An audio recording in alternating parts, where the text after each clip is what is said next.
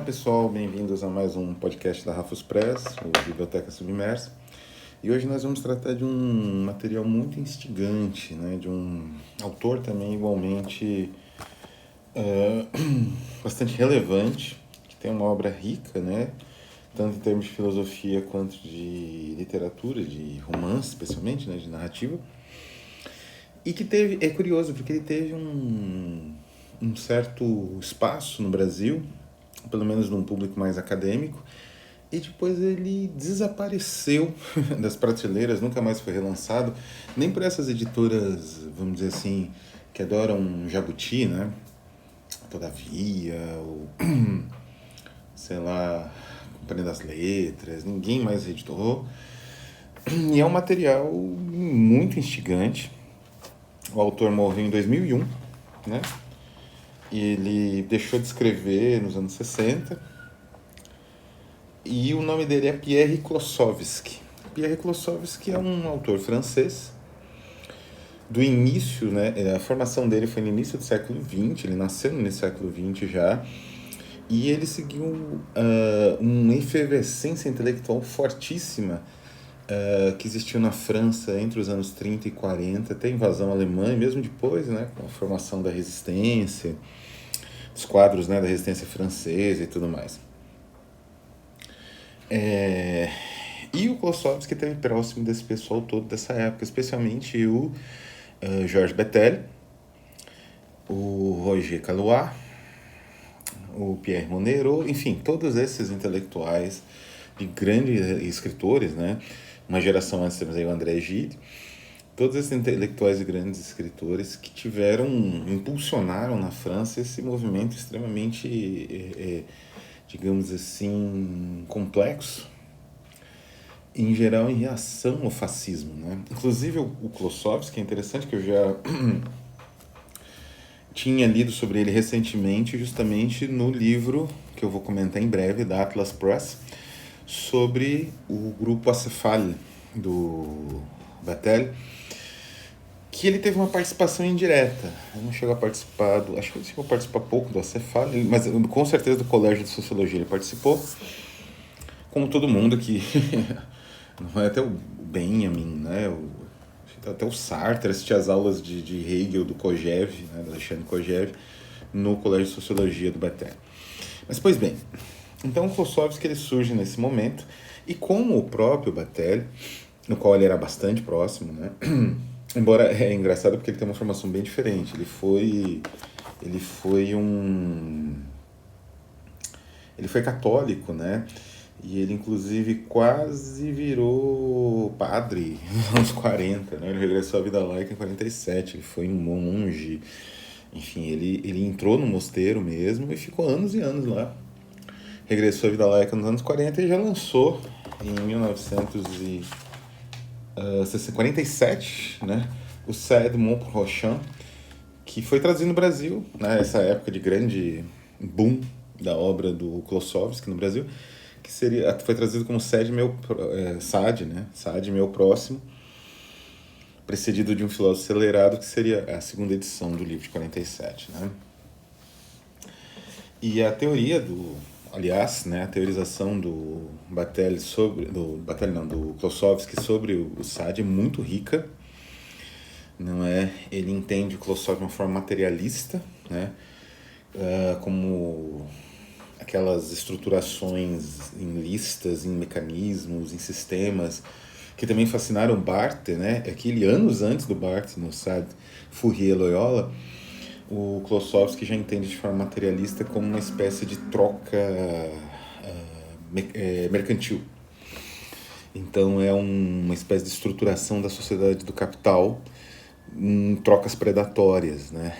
E essas trocas predatórias, elas são amorais, enfim. Então essa percepção materialista do Sade já é muito rica, e é o primeiro livro do Klossowski. Aí nos anos 60 ele viria escrever um livro que a gente vai comentar aqui com mais calma, né? Que é, na verdade, em 1965. Ele já tinha lançado alguns romances, Roberto Essa Noite, O Banho de Diana, A Revogação do Edito de Nantes, né? Aí em 65 ele lançou pela Gallimard não, pela Mercure de France, o Le Baphomet. O que é o Le Baphomet? Que é o livro que eu tenho em mãos, traduzido para o português por... Dedicado, aliás, a Michel Foucault, o livro, né? Que é dedicatória. Foi traduzido por... Meu nome do tradutor? Curioso. Não é o nome do tradutor aqui, não. Não é? João Moura Júnior, que também assina o Pós-Fácil. Muito bom, aliás. O Pós-Fácil curto, mas bem interessante. Não é? E... essa edição brasileira, que eu tenho em mãos, tradução então de João Moura Júnior, de 1986, ela é bem rara de achar, razoavelmente cara no Mercado Livre, como eu falei, é um absurdo esse livro nunca seja relançado. Essa edição é muito bonita, ela tem algumas ilustrações, então, inclusive de um interrogatório inquisitorial. A capa é uma foto muito célebre de uma escultura, acho que de Bernini, da Santa Teresa d'Ávila, né? Tendo êxtase, né? Quando ela é trespassada pelo anjo.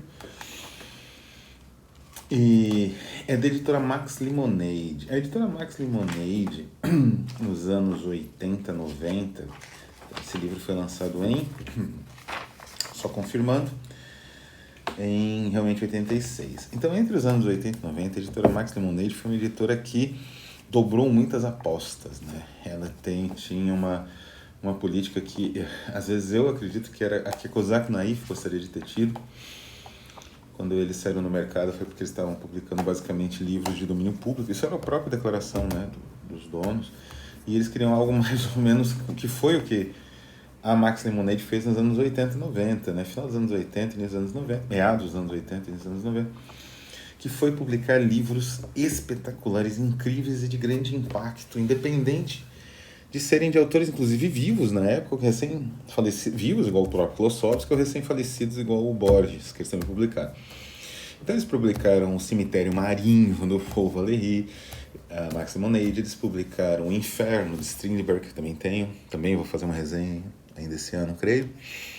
Eles publicaram O Canto de Maldoror, a primeira edição com tradução do Wheeler, Cláudio Wheeler, grande Cláudio Wheeler. A primeira edição foi deles, nos anos 80. Eu tive esse livro, a leitura dele foi, enfim, uma experiência mística para mim, mas foi deles, né? Eles publicaram no Brasil a primeira edição de Canto de Maldoror, dessa obra que provavelmente é a obra mais importante produzida na literatura do século XIX. Eles publicaram o Baphomet, né, do Pierre Klossowski. Eles publicaram As Sete Noites, do Borges, que são aquelas 7 conferências espetaculares dele, que estão entre as melhores obras do Borges conferencista, do Borges, enfim, professor. E por aí foi. Várias obras importantíssimas saíram pela Max Lemonade nesse momento. Foi uma editora que depois desapareceu, ficou técnica, né, publicando material técnico, provavelmente mudou a direção. Mas, enfim, pelo menos essas obras eles chegaram a lançar. E agora, o que trata realmente o Baphomet, né, o livro?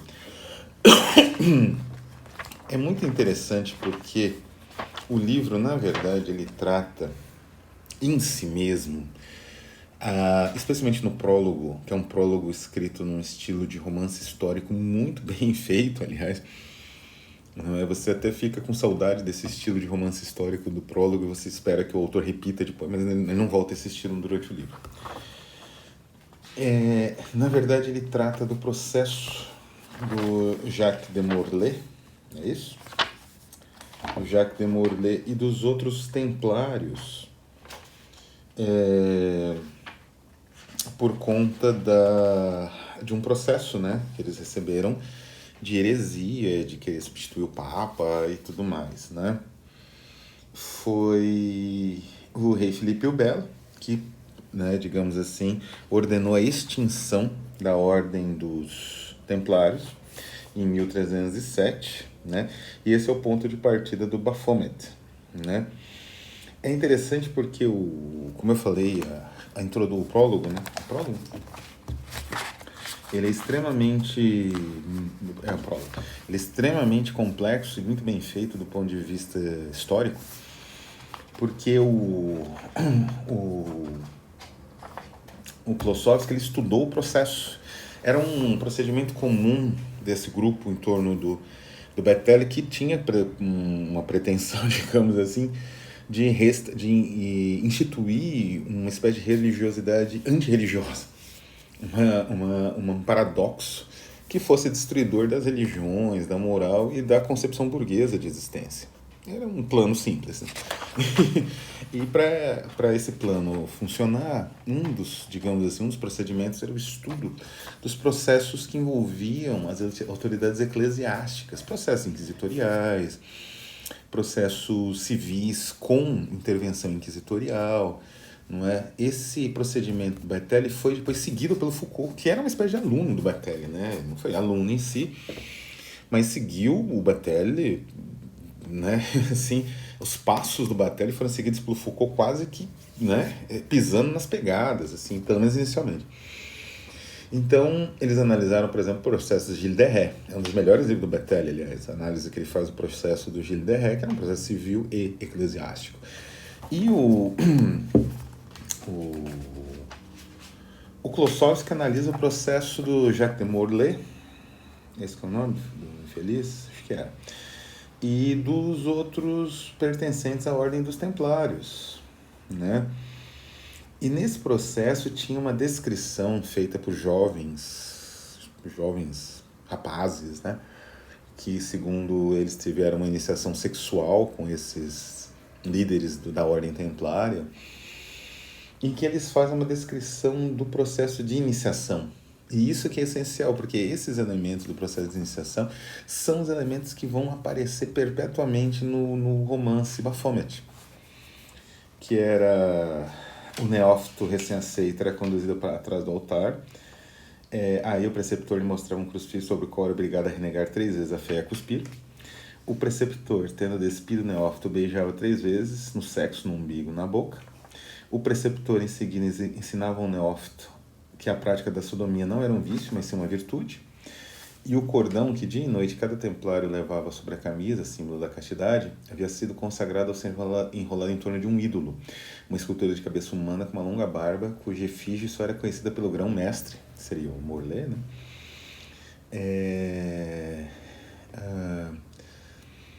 Grão-mestre, e pelos membros mais antigos, mas cada capítulo adorava. Ao celebrar a missa, os capelães da ordem não consagravam a hóstia. Esses são os pontos centrais para a destruição da Ordem dos Templários. Então, era uma ordem considerada herética por conta dessa estruturação. E Baphomet era um nome, era uma espécie de corruptela de Maomé, né? Vem essa descrição disso, né? Uma corruptela de Maomé. Baphomet era o nome de uma espécie desse ídolo que eles também carregavam no pescoço. Um ponto aqui, né? Acho que o historiador Henry Charles Lea também faz uma análise disso e tal. Então, Baphomet é isso. É uma corruptela de Maomé. Pode ter parecido a sonoridade. E a partir dessa descrição, digamos, dos rituais dos templários, que levariam Felipe o Belo a declarar a ordem extinta, prender todos os líderes que foram supliciados e depois executados, como eram nobres, foram decapitados, né? Execução rápida. E apreender, claro, as propriedades de todos eles, em nome da coroa. Essa era a parte mais importante, digamos assim. O que o Klossowski faz? Ele trabalha esses elementos históricos da maneira quando eles começam a se desintegrar e a se transformar em elementos narrativos, né? Então a narrativa é um simulacro, que é muito interessante, e como eu falei, a repetição desses processos iniciáticos. Cada capítulo tem o grão-mestre que repete o processo iniciático com um jovem ou com outra pessoa, às vezes com a Santa Teresa d'Ávila. E o Nietzsche também aparece lá pelas tantas. Não é? O próprio autor passa por esse processo. Então, é uma narrativa extremamente, digamos assim, vitalista, né? Ela tem uma energia vital muito forte. E é uma narrativa, digamos assim, que você precisa estar com espírito, né, para leitura, porque ela é muito intrincada e muito, digamos assim, ah, ele não segue uma ordenação, que é aquela ordenação que parece uma espécie de mantra ou de texto religioso, que é a ordenação seguida pelos roteiristas de cinema comercial hoje. De estrutura em atos, plot twist, desfecho com isso, com aquilo outro. Não, isso não existe nesse livro. Não deveria existir nenhum, né? Talvez em um ou outro onde isso funcione, mas com certeza não deveria ser uma espécie de ordenação definitiva da narrativa, escrita ou audiovisual. Então é um livro de leitura difícil, não é? Onde as coisas acontecem de novo, personagens surgem, somem, morrem, reaparecem, animais falam, animais deixam de falar, pessoas agem como animais, mas é uma narrativa que celebra o ritual, né? O tema do Emissário Sombrio, né? Mas é uma narrativa então que celebra o ritual herético, na verdade, né? O ritual que pega, que é isso, que é heresia, ela pega uma doutrina dominante, uma doutrina estruturada, uma doutrina aceita e retorce essa doutrina em outras direções insuspeitadas e consideradas inclusive perigosas, né? Então é um romance único, recomendo muito a leitura de Pierre Klossowski, o Baphomet. É um livro difícil de achar, difícil de ler, mas vale a pena. E depois que você entra na história, na narrativa, ela com certeza vai te recompensar muito, né? É uma narrativa que exaure suas forças, mas ao mesmo tempo ela te traz uma percepção aguçada, né, de certos mecanismos históricos. Então é isso, vou ficando por aqui. Peço que vocês, por favor, auxiliem nossa campanha dos Emissários Sombrios, segunda época. Tá bem difícil, falta poucos dias e não passamos nem dos 60%, né? Tá cada vez mais difícil editar livros no Brasil, as editoras estão cobrando preços absurdos por impressões simples de livros em pequena tiragem, inclusive. Então, mais do que nunca, nós precisamos muito do apoio dos leitores, das pessoas que gostam, dos poucos, né, infelizmente, no Brasil, que têm um certo apreço por livros e que gostam de experimentar coisas novas, né, e não aquilo que tem blurb, ou que já está indicado, ou que já foi premiado, enfim, né, ou que já foi adaptado, aquilo que é convencional. Então é isso, vou ficando por aqui. Um abraço a todos e até a próxima.